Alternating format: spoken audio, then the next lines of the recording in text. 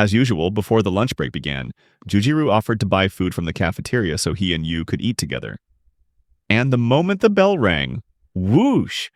Jujiru dashed out of the classroom at lightning speed. When Yu arrived at the cafeteria, he was shocked to see Jujiru already sitting neatly with a plate of curry in front of him. Though his face was slightly bruised, Jujiru, completely unfazed, casually wiped the wound. Yu tried the smoked tongue curry Jujiru had ordered, and to his delight, it tasted normal, unlike Ayumi's overly sweet pizza sauce-covered creations. He ate every last bite with joy. Suddenly, Jujiru's phone rang. A new ability user had been detected. Cut to the student council room. Soaked from head to toe, the long-haired ability tracker entered and pointed to a map using water dripping from his hand.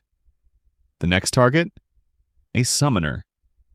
Now explained it was like spiritual possession, similar to a traditional Itako medium. But then the tracker added, "There's another power. Fire."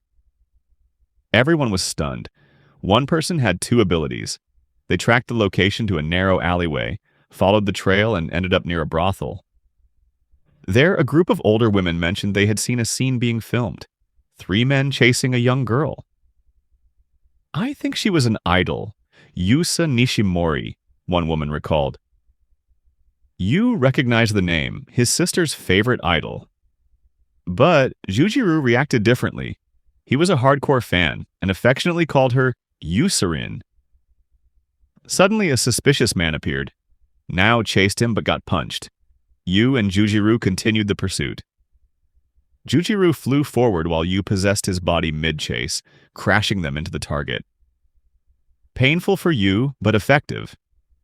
Now questioned the man, who confessed he was hired by Taiyu TV to find Yusa. After calling an ambulance, they ran into a red-haired man who was skeptical of their intentions. Nayo told him the truth about the powers, and when he saw her ability firsthand, he believed her, and took them to an abandoned nightclub. There, a schoolgirl was quietly eating.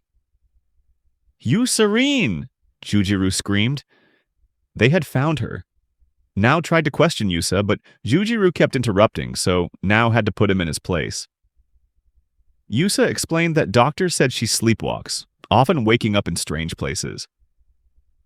The red-haired man revealed the truth. Yusa's real ability was summoning the dead into her body, and one of them was her late sister Misa, who died 6 months ago. Suddenly, Yusa's demeanor shifted. Misa had taken over. She attacked one of the men with flames, shocking everyone, especially Jujiru. Misa's fire raged until she calmed down and snapped her fingers, extinguishing it all. The group learned Yusa had accidentally taken her producer's phone, which contained damning messages about embezzlement and ties to shady groups. Reporting it or returning it could put her in danger. Misa suggested burning the entire company down, but now refused, insisting there was a better way to protect Yusa. In the end, they devised a plan. Yusa lured the producer out while Misa's friends secretly dealt with his bodyguards. When the producer threatened Yusa's future, Misa took control and unleashed her flames. Yu possessed a bodyguard and injured him to cause chaos, while Jujiru sent another flying. Now landed a sneak attack. Misa returned the phone and threatened the producer. If he came after Yusa again, she wouldn't be so merciful. Terrified, he fled. Before leaving, Nao asked Yusa to transfer to Hoshinumi Academy. The red-haired man refused, but now warned that if the government discovered Yusa's powers, she'd become a test subject. Hoshinumi was the safest place. Plus, her powers would fade as she matured.